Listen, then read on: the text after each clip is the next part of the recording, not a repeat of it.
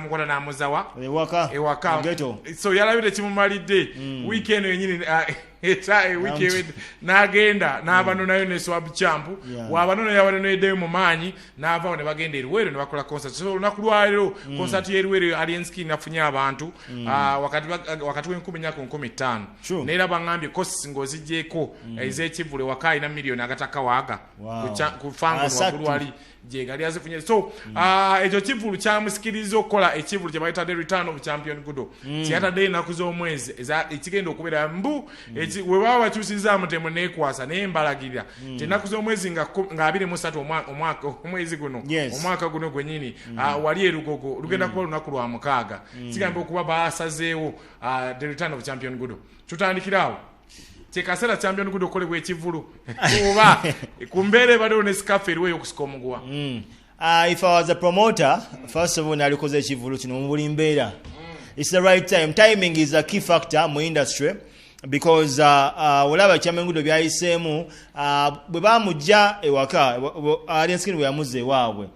Audience nayo no abantu bonabona balina sympathy eri champion Gudo. Mwana avudde mu ghetto wazze gyali bamukyankalinza bazze future ye.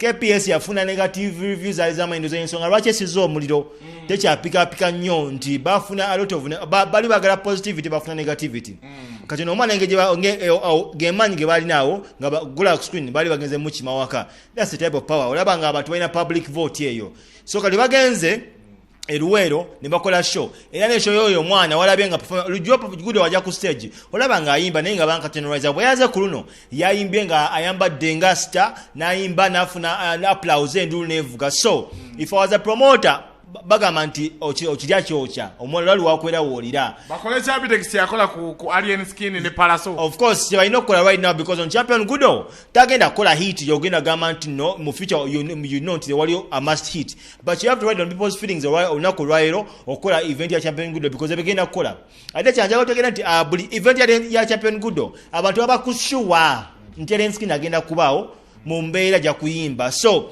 you have to ride on that power and jatekawo mugongo atekawo ntino champion Gudo agenda kuyimba but bottom line wansaawo waliwo Alien Skin ate wansaawo waliwo abana ba TikTok abasinga bakiriza mu Alien Skin so you're sure of a big package okitegera nti champion Gudo yaba icing ku cake. So right about now champion Gudo abeeranga gye spark ke kasbidity akakoleza then event yebegina kola because ebija kola sente because ngojeko n'ekyo abantu banja feeling sorry for this boy nti bamujjayo tato Ensonga lwaki tata yafuna out of negative vibes because ensi yalabanga tata yingira mu future y'omwana oba yingira mu gatu g'omwana ne balaba ne compare parents eyo nona bulijjo compare parents bwe kimu omwana ensi gamba agende yafunye vision nungi agenda asome.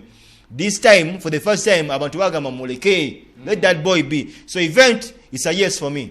So wenyini awo njaga tutunde event ene egenze okujja nga tukyalina scafu tata w'omwana ne Alien Skin akirizagana nti tata w'omwana tetumanyi kyazaako kuba mu mateeka tumanyi nti alina okuba yavunanyizibwa ku mutabani we in case kusayininga papula za kusoma oba mu mateeka yalina okulabira mayino ono wadde kale obuvunanyizibwa yali yabusuulawo n'atandika embiro n'adda mu bibye naye kirekawa tata w'omwana wano yaluzinze oba omutabani we yamuviiriddwako kuba omukulu waddayo eri kufanga mama w'omwana tebamukiriza kulabika mu kamera ekawembe nga bazze tebamukiriza kola interviews abaana bamugaana okulabika mu mawulire kyovula mama w'omwana temulaba nnyo mu interviews ez'enjawulo in fact tata w'omwana atatambula nejjo yabadde ku Vision Group wali ng'akola interview juzi okusajja yabadde ku Masengere naffe olinaafuna obudde nga tumwetaaze wanajja kujja tata wa champion Gudo wadde yamuyita Ogudo nga olaba ku screen awo naye omwana ffe tumuyita champion Gudo ne mu film ne ku nnyimba kuliko champion Gudo naye tata we omwana amuyita Ogudo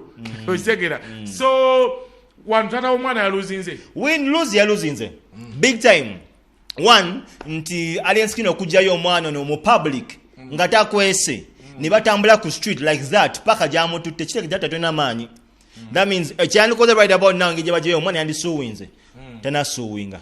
That means aina power. Nekyala bukiri kyogamba nti no webituka mu kuwandika empapula okulaga legitimacy nti alina okukulira we mugenda mu kooti bakugamba nti olina capacity erabirira omwana n'ogamba yes or no ne bagamba omwana wamulabirira kuva dina D yes or no nti banga ichi wait information says nti ono yaleka omwana ono nga mutowe wa miezi emeka na champion Gudo yimeka jiringa munana. That means the boy has spends obudde bungi ntaina tatangana no mwaka gwe yamuzala no mwaka itagumanyi so kati mu koti baba ajja kubuuza all these legit questions nga tolina answer bagame alien skin atole omwana yamutwala ddi and is muchi omutekewe no yogera date nanga nti obudde bonna obadde oliwa.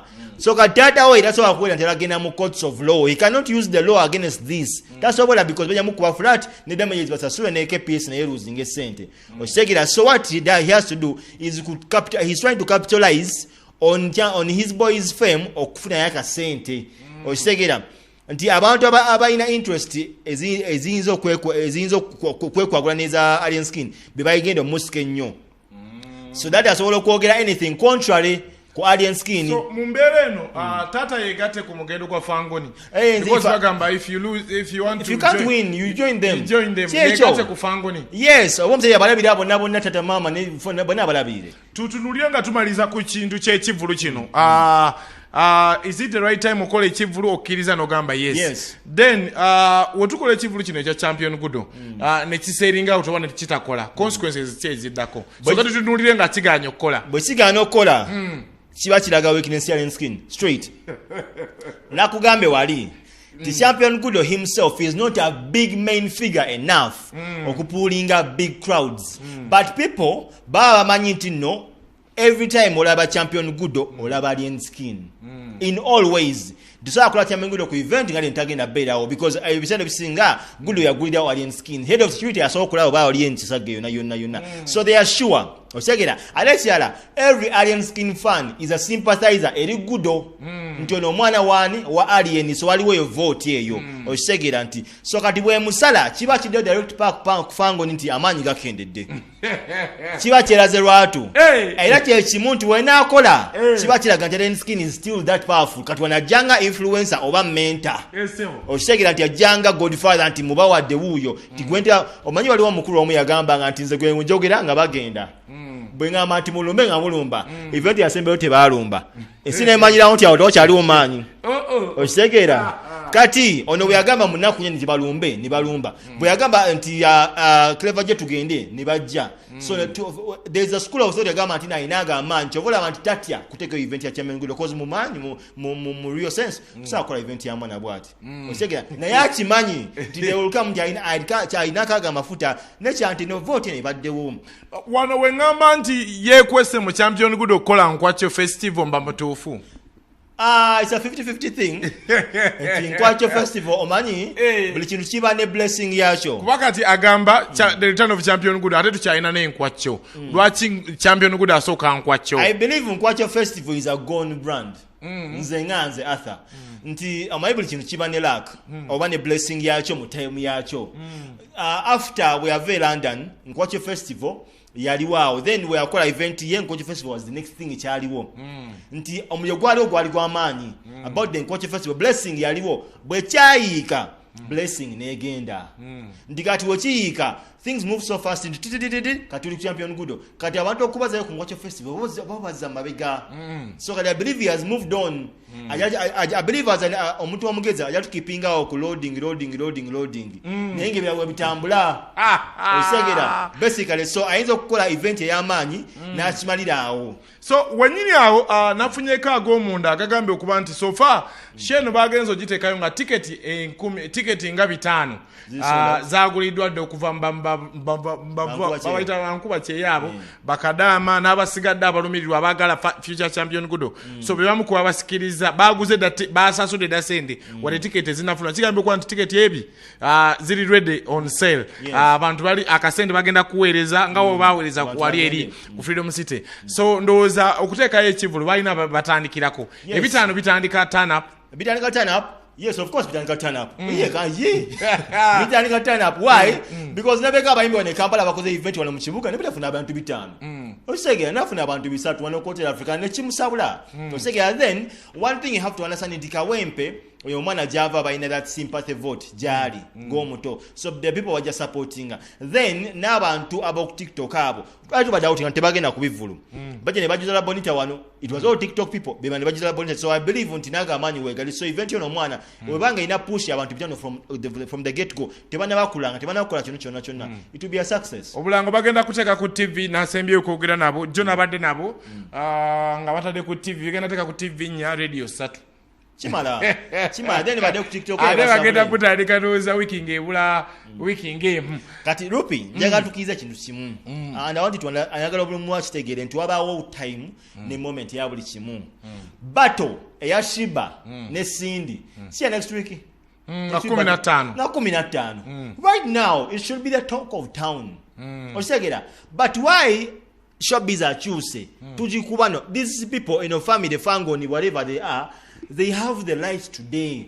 Ago gamers, that's the facts. Showbiz business on Obama rulings for this time. And that show will run right about now. Semeni Victoria University Eriko. For promoting football move champion Gudo. They are confusing the society, but confusing if I was Victoria University, I'll be pushing the battle. Can't see anybody get a battle. Over PR abayitaga kugoba. Awata mindset haina. So ngatu muzika ku champion Gudo. Concert your expectation ku concert to straight away I can look in that camera and say it will be a success. Ejakuba. Yeah, Ejakuba. Yeah. Wetakuba depending on the venue. Wetakuba kugwa kwa alien skin yes oba no. Kukirira. Abayo cheza. Abayo cheza. Kale. Wetakuba. Gotulaba. Tombe tulina kyemwagaza. Kale.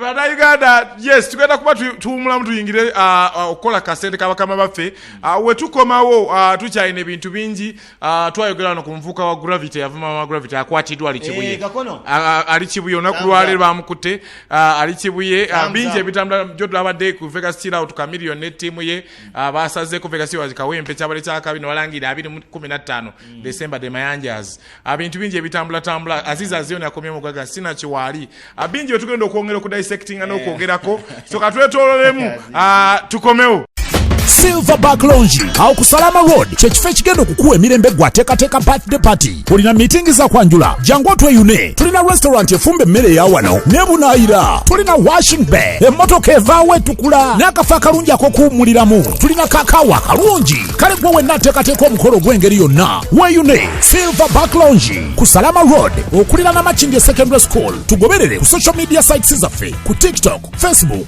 Instagram ngera tukola essaawa 24 tukola deliveries ku Jumia ne Glovo tufune ku noti 755 322 755 note ngeye eri ku WhatsApp oba noti 2 noti 994 emu Silverback Lounge, the peak of enjoyment.